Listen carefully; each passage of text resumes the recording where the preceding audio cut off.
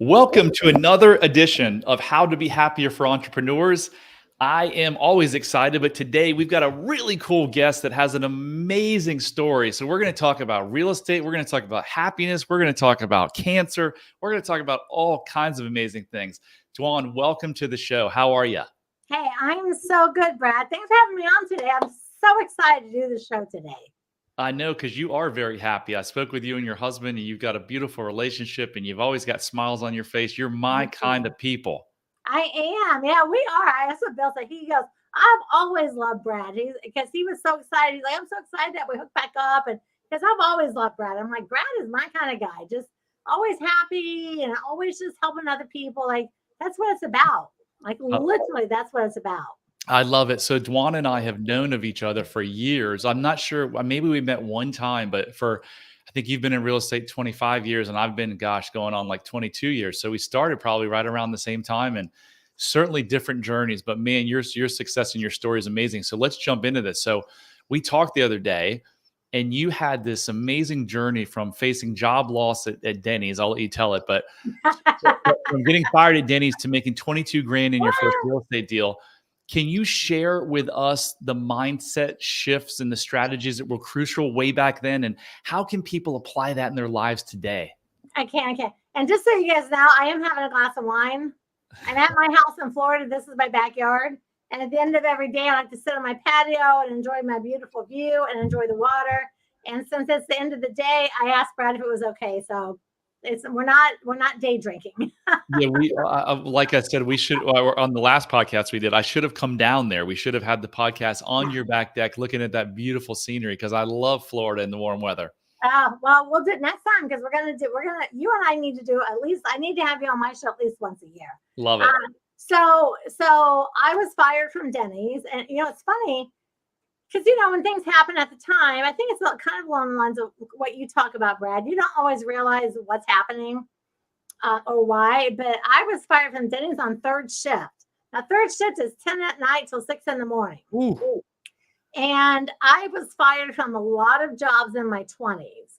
And not because I wasn't a good worker. I showed up. If I worked at some place that had like a shift and someone called in sick, I would stay and do double shifts. You could always count on me. I was super dependable. But I always would tell my bosses, managers, company owners how they could run their business better. Well, if you did this and you did that, your company would run better. And if you didn't treat your employees like shit, they'd run better. And these people over here, they're so scared of you. They can't even, they freak out when and I would say stuff like that. And I've actually been escorted out of a building. That's hilarious. So basically, insubordination. And I remember leaving and looking back at that sign and thinking, like, who gets fired from Denny's? Like, how bad do you have to be to get fired from Denny's? Like, I'm a good waitress. I'm a good waitress. But I feel like now, at first I thought maybe I had an issue with authority. And I realized later in life, I just needed to work for myself. And I never had the courage to do it. So I would treat every place I worked like I owned it. And therefore, I would tell everyone what they should be doing, including the owners, who don't always appreciate that. But I'm like a lowly waitress. So then fast forward, now I'm married, I have a baby, my daughter's 8 months old, my husband takes off, and I'm 30, and I have an 8-month-old child, and I don't have, my game plan was to be a Girl Scout mom, cookie mom, field trip mom, the fun mom, disco ball mom. I still have a disco ball hanging in my living room because now I got grandkids. So 30 years old, you got an 8-month-old baby, you just got fired from Denny's, and your husband walks out on you. Yeah, he leaves and takes my car. And so in this short spectrum of time, I lost my house and my car. I had $75. I mean, really, this is all true. I had $75. How did you lose your house? Foreclosure. Oh, shit. I think that's what got me started in the foreclosure business, because nobody knocked on my door. Nobody mailed me postcards. Nobody said, hey, I can help you with your foreclosure. Like, I didn't know that these things existed. And I just remember thinking, like, all this happened like really quick. And I remember thinking, like, gosh, like, no husband, no house, no car. Like, oh man, my life really sucks right now. So I thought, well, I really always deep down wanted to work for myself. I never really had the guts to do it. And I thought, well, Ayla is a baby. So if I get a job, I'll probably have that job while I raise her. So I'll have that job for at least 20 years and I'll be 50. And I don't know about you, but when I was in my 20s and 30s, I thought people that were 50s and 60s already had a foot into the grave. Yeah. I was like, God, I'll be so old. I don't know if I can start a business when I'm that old. So I thought, you know what? I'm going to work for myself. And if I fail, I can always get a job. But if I don't try, I'll just always have a job. And I Yeah. thought, what's the worst thing? Is I don't make it and I go back to work for, waiting tables or something. So I was actually kind of job hunting / looking for ideas. And, in 1988, if you needed a job or anything, everything was in the classified section of the newspaper. So I tell people, like, listen, I'm pre-Google. I'm pre-pager. Some people are like, oh, I can't figure it out. It's like, you have so much technology at your fingertips. I don't even want to hear you can't figure it out. You have everything. And I met some guys and they said, we buy houses and we fix them up and we sell them. So I'm thinking like, oh, they fix up houses, they sell them. I like to decorate. That would be so fun. I'm going to decorate houses. And Brad, I swear, hand to Bible, I honestly thought I was going to buy this house, decorate it, make it fancy, and sell it. When they said we fix them up and sell them, I mean, there was nobody, no programs, no training. There were no REIA groups. There was no internet. Like, I really, truly thought I was going to fix it up and sell it. So I put in carpet, I painted, I custom make blinds, I put some furniture, and then I'm like, man, this house needs so much work. Oh my God, the bathroom, the kitchen. So then I realized fixing up meant rehabbing. What did you pay for the house? Gosh, I don't even know. I should know that. Where did you get the money? I actually, I'm telling you, it was a stroke of God. I went door knocking because the people I met said, yeah, you just go knock on doors and talk to people that are in trouble and tell them you want to work with them. And the woman, Barbara, she was also a single mom. She was losing her house. And I said, look, I don't really know a lot about this, but we're both single and we could work together and maybe I could live in this house and you could maybe move over there into my apartment. I don't have money to live there and work here. And so we kind of just made this, it ended up being a partnership agreement. So now this is on like a hug and a handshake. Like a hug, a handshake. Okay, you're going to live here. I'm going to live here. And I borrowed a little bit of money to bring the payments up. And I started living in this house. And then I realized how much work it needed. Now I know how to paint, like basically. So I started going for real. I went to Home Depot. I took all the classes. Wow. I took a tile class. I gave them the measurements. I went home and tiled the kitchen and 2 bathrooms. Wow. I learned how to pressure wash. I learned how Ayla would be asleep at night and I'd be screwing together and making cabinets and making screens. And I rehabbed this house and we agreed to 2/3, 1/3. So she made 11, I made 22. We're both like, hey, look at us working together. And I thought, dang. And then I remember this is like 1990.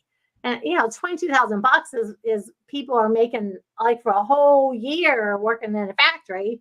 That's my first job out of college in 1995. My salary was $22,000. So I remember I was like, wow, I have like a year's salary.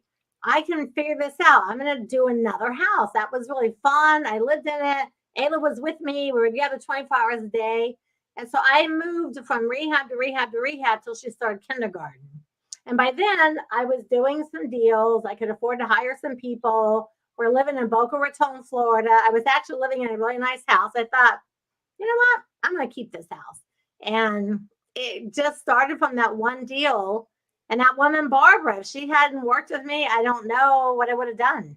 And now you teach people exactly what you did, right? Yeah. And you have for a lot of years. You've sold over 500,000 coaching programs. I have training programs. Training programs. Yes, Wow. I have over 500,000. So the programs are on wholesaling, like how to find people in distress, get it under contract, and then sell it to like a rehab or a landlord or somebody, so that it's just like an easy deal for people that don't like me, that didn't have skills and experience and stuff. So, I mean, I teach all of the things now, but then I just had a wholesale program because I think for someone like that was so fresh meat like me, that's the easiest thing to do. I mean, I moved into a house and rehabbed it while I was living in it, and I didn't have a clue what I was doing. So if someone's listening to this and they're a single mom with a young kid and they just got fired from Denny's, would you say would you advise them, oh, you should get into wholesaling real estate? I would. I would. Actually, if they, I don't know if I can give out my website, but if they go to dwanderful.com, there's a free ebook called Flip Your Way to a Fortune. And to me, it's the easiest way if you don't have any money. You give the homeowners a $10 deposit, you sign a contract. I call my buddy Brad and say, hey, I've got a house that you can rehab. You give me 10,000 bucks for it or 20,000, whatever, and then you rehab. And I'm the middleman. I'm the wholesaler. And so I wholesaled. Well, I rehabbed for like 3 years until I discovered wholesaling. And when I was like, oh my God, if I don't have to live here and fix these houses up and do all this backbreaking work, I could just wholesale it to another person that will do all of that instead. And my first full-time year of wholesaling, I wholesaled 75 houses that year. What year was that?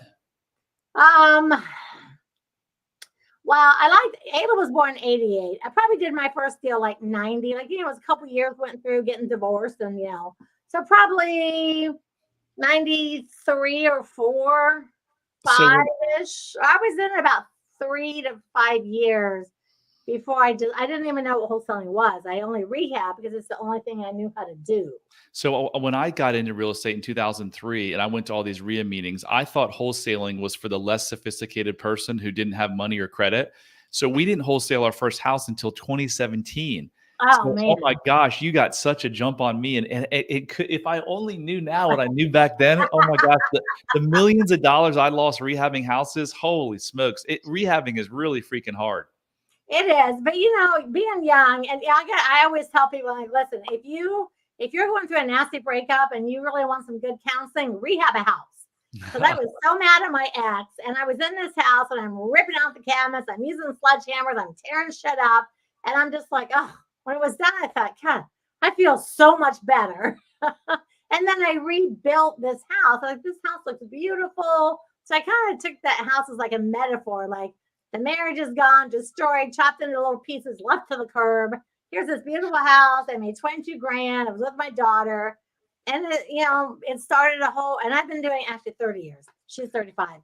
So it just started me down this amazing path that I've been on for 32 years. So Dwan, when you're working at Denny's, making probably like 75 cents an hour and making tips, did your mind tell you that this is what, like, this is, I'm worth $20,000 a year, or were you thinking I'm worth 100,000 or 200,000? Do you remember back then what you thought you were worth?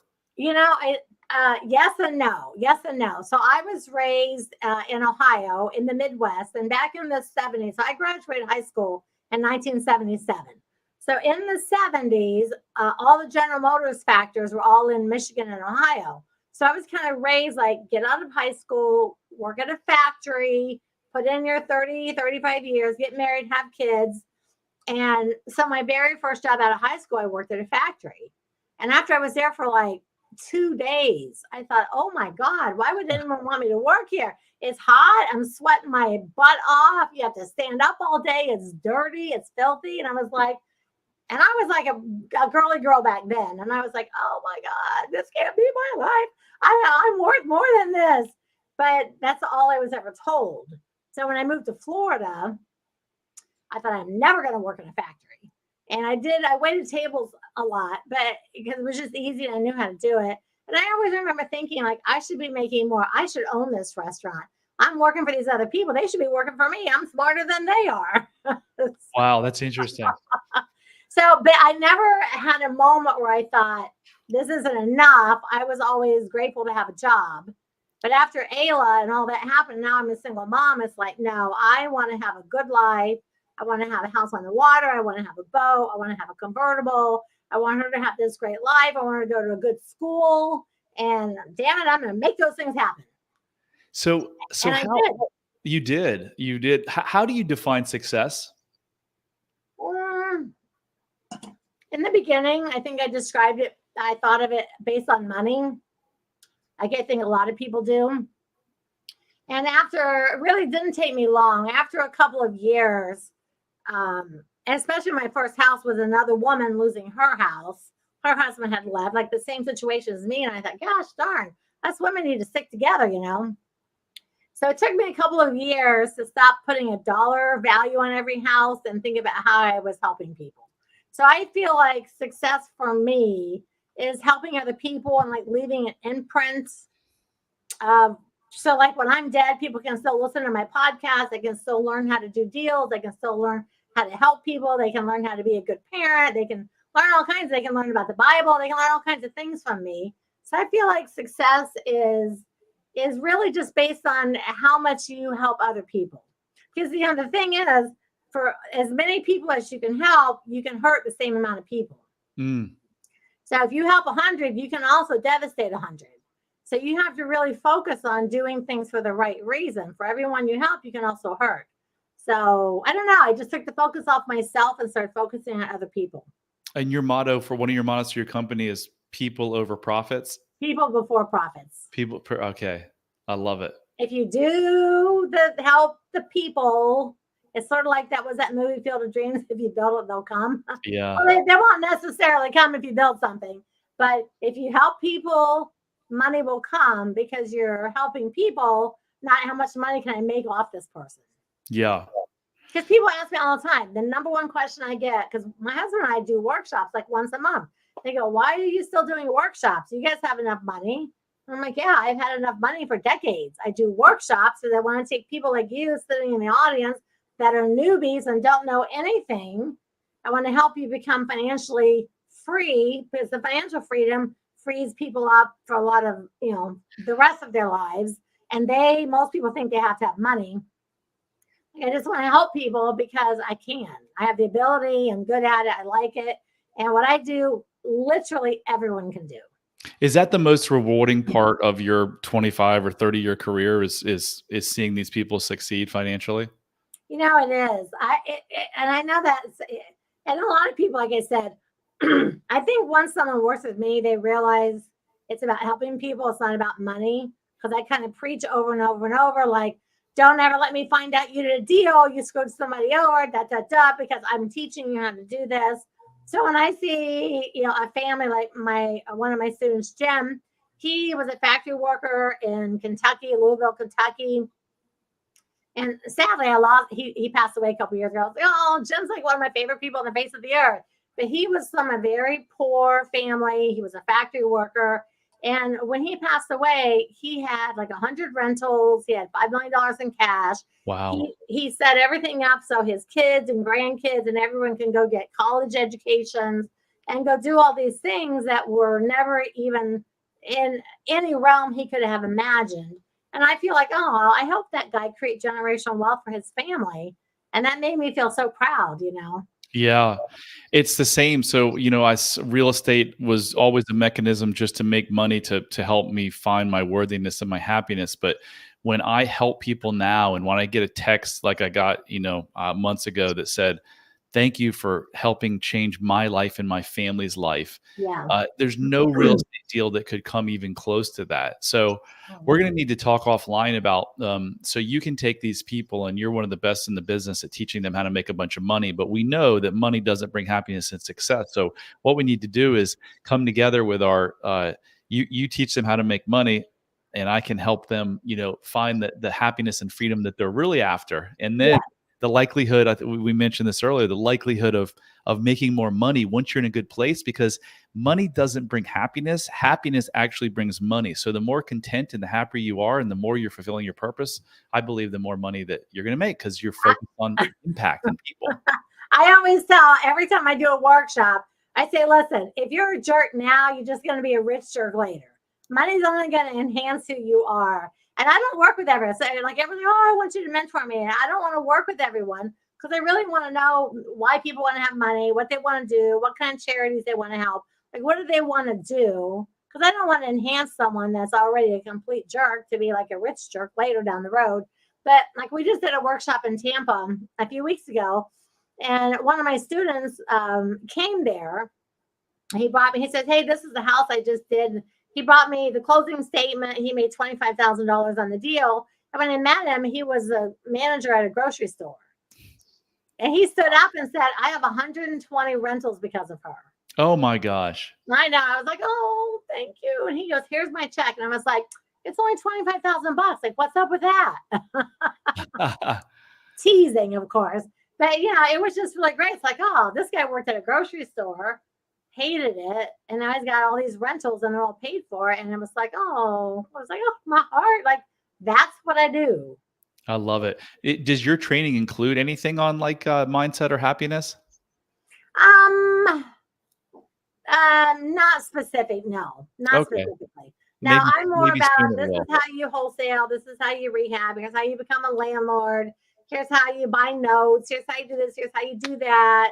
But be a good person in the meantime. And I pray with people and and stuff like that. So now what you do would be a great very good to be adjacent with mine, because most everyone, like you said, like we said earlier, they're just like I did my first deal because I wanted to make money.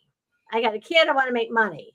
I did my second deal because I wanted to make money. And it was like my fifth or sixth deal. And I started realizing these people are going through what I went through. Okay, I really want to help them. So I didn't start off wanting to help. I just needed to make money. I'm a single broke mom. But Yeah, for it sure. didn't take long for it to realize the impact you can have by helping people. Yeah, it's pretty special. So what goals are you hoping to achieve in your life now? Well, most of the people, if they've seen me talk anywhere, and this, we're rehabbing a little town, Clinton, Iowa. Bill and I bought like the better part of a little downtown. It's a downtown rebeautification. So I want to get my town finished. That's my big goal. We own 26 parcels, Whoa. and we had started off with a 5-year project, but then Bill got sick, and that took 2 years out of my 5. So we're both 65 and full of thrive. And so like our next 5 years, we're going to focus obviously on teaching and things, but we're going to focus on our little town. It's a little town on the Mississippi River. It's called Clinton, Iowa. Anybody wants to look it up, anybody wants to invest there, I'm a girl. And it's one of the towns, that's where Bill was raised. It's like a little town that time forgot, and it just looks like it needed some love. And we start talking to people and realize they have this whole giant rebeautification thing going on. So we got involved. Beautiful. Is it like multiple city blocks? It's 3 blocks this way and 3 blocks this way. Whoa. Clinton itself is a big city. It's on the river. It's got a casino, all that. But the downtown is 3 blocks and 3 blocks. So we have property on all 3 blocks, and most of them on the main one, which is Fifth Avenue. We have most everything on Fifth Avenue. There's a bunch of vacant buildings, and we started calling people like, "Hey, we'll buy your building, buy your building." And then this person told that person, "Hey, I hear you guys are buying buildings. Will you buy my building?" And then all of a sudden we had 26. I was like, dude, stop buying buildings. Whoa. Whoa. Stop So buying buildings. what do you think is the most important lesson that you've learned in your life? I don't know. I think in my whole life, I think honestly, it's just really about being good to people, being kind to people, and being kinder to yourselves. I think all of us, like kind of what you teach, a lot of us have, I don't know, not self hate, but like, oh, I wish I was younger. I wish I was thinner. I wish I was taller. Da, da, da. And it's like, hey, I would love to be 30 and know what I know now, but I'm 65 and I learned all that. So I'm happy where I'm at. So I think the biggest lesson is I agree with you on the self love thing. Just love yourself, be happy with who you are. Anything you don't like about yourself, make a conscious effort to change it. But above all, just love other people and be kind to people. There's I too much love that. meanness in the world, and it doesn't take one extra second for you to smile and say hi to somebody. Yeah, and it starts with being kind to yourself. So if you're thinking, "Huh, I wonder if I have self-love." If you don't have self-love or you have mild self-love, oh my gosh, like every area of your life is negatively affected. I can promise you. So if you Yeah. want to figure it out, just quickly go take 3 minutes out of your life, go to Yeah. bradchandler.com/quiz and take the quiz. It'll only take you 3 minutes. It's 12 questions. And Dewan, you promise you're going to take it after the show. Yeah, So I'm gonna take it. I'm gonna have Bill and I take it together. But just real quick, I went before I got on with you today. I ran down to the grocery store in Florida. We have Publix, and uh-huh. they're called pub subs. They make these amazing subs. And there was so many people in line. So when I got up there, the girl that was making the sub, she was frazzled. You could just tell. And I said, "Hey," I said, "how are you today?" She's like, "Good." And I said, I said, "You are so beautiful." I said, "You have such a great smile. I've been watching you help all these people." And she just lit up and she was so good and kind to me and wrapped my thing and put it in two separate bags and cut my sandwich in 4P, all this stuff. And I thought everyone else was just like, I've been in line forever. So I thought I'm gonna throw some kindness at her. I'm telling you, when I left, she said, "God bless you, honey. You have a good day." I said, "God bless you too, sweetie." She Oh, just needed someone to just edify her a little bit. yeah, yeah, phew, I do that so much now, but I wasn't capable of doing that before because I didn't feel great about myself, and I think I was always worried how people would receive me, and I was worried about them judging me. And Yeah, now that I've found the self-love within myself, I'm constantly complimenting people, and it feels so good, and it makes such a difference. Like, it really makes a difference in people's lives because there's not a whole lot of people out there doing what you're doing and being kind yeah. and complimentary to people. There's more like yelling, unfortunately, and, people flicking people off and blowing horns Oh, and stuff. Lord have mercy. People down here in South Florida, which we don't get so much of this in Colorado. I think in Colorado we don't get it because like everybody's stoned. But down here, there's so much horn honking, and I'm always like, who is honking at me? Like, why are you all honking your horns? Like the light turned green a quarter of a nanosecond ago. Like, what is wrong with everybody? It Everyone's really always in such a hurry. It's like, it is slow your roll, slow your slow roll. down. Yeah. If I learned nothing from taking care of Bill, it was like every minute, not every day counts, every minute counts. You will tell us about that as we're closing. I want to hear this story because I know your husband of how many years? 22. We just had our 22. 20th anniversary last week. Congratulations. He went through some major, like, life-threatening stuff in the last 2 years, and we've talked in the last couple of days. I want you to share. I want you to share kind of the positivity and how you made it through that, and the time that you got to spend together, and how you now look at it as a blessing. It is. So the long and short of it, for anybody listening, he was diagnosed with something called myelofibrosis. And the gist of it is you have a JAK2. We all have a JAK gene, a JAK1, JAK2. We have these genes. Your JAK2 gene, like it's like something flips on a switch. And all of a sudden, one day, your body starts making these giant, big red blood cells, and they can't get through.